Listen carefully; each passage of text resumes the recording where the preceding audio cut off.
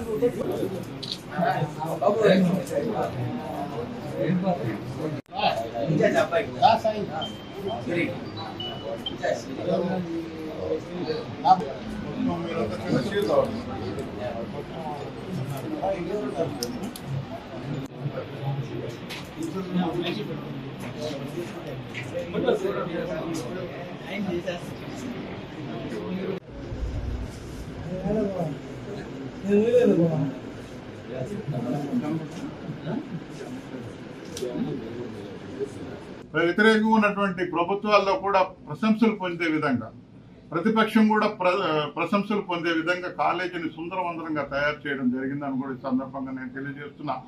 ప్రతిదీ జగన్మోహన్ రెడ్డి గారు చేసే పథకాన్నంతా మరి కుంటిసాగులు చూపించారు. ఆ రోజు ఆయన కాలేజీల మెయింటెనెన్స్ కోసం ఒక వాచ్మెన్ ఉండాలి, టాయిలెట్లు శుభ్రంగా ఉండాలి, మరి గదులన్నీ శుభ్రంగా ఉండాలి, వీళ్ళందరికీ స్కావెంజర్స్ పెట్టేసి మెయింటైన్ చేయాలి. కాబట్టి మీకు ఇచ్చే 15,000 ఒక 1,000 రూపాయలు మీరు మరి హెడ్ మాస్టర్ దగ్గర అకౌంట్ లో పెట్టి ఆ మెయింటెనెన్స్ చూసుకోమండి అని సాధారణంగా ఆహ్వానిస్తే దానికి కూడా వంకలు పెట్టారు. ఈ రోజు 2,000 రూపాయలు కట్ చేస్తున్నారు. దానికి ఎక్కడ పెట్టారో ఏందంటే జవాబుదారితనమే లేదు. కలెక్టర్లు అంటారు మరి ఇంచుమించు 6 నెలలు అయిపోతుంది, ఎక్కడ ఏ స్కూల్ మెయింటైన్ చేశారు, మళ్ళా అంతా కూడా దెబ్బతినిపోయే వాతావరణం వస్తా ఉంది. అందుకే తొందరగా జగన్మోహన్ రెడ్డి గారు రావాలని గ్రామీణులు కానీ అందరూ కూడా కోరుకోవడం జరుగుతుందని కూడా ఈ సందర్భంగా నేను చేస్తున్నాం. అందుకే ఆయన ఆలోచించి ఈ ప్రభుత్వం మరి వర్షం పడినా కదలనటువంటి వాతావరణంలో ఉంది. కాబట్టి ఈ ప్రభుత్వాన్ని మెడలు వంచాలంటే ఉద్యమం రూపంలోనే మరి గవర్నర్ గారికి తెలియజేయడం, సెంట్రల్ గవర్నమెంట్ తెలియజేయడం జరగాలనే ఉద్దేశంతోనే ఈరోజు కోటి సంతకాలతో ముందుకెళ్లడం జరుగుతుందని కూడా తెలియజేస్తున్నా.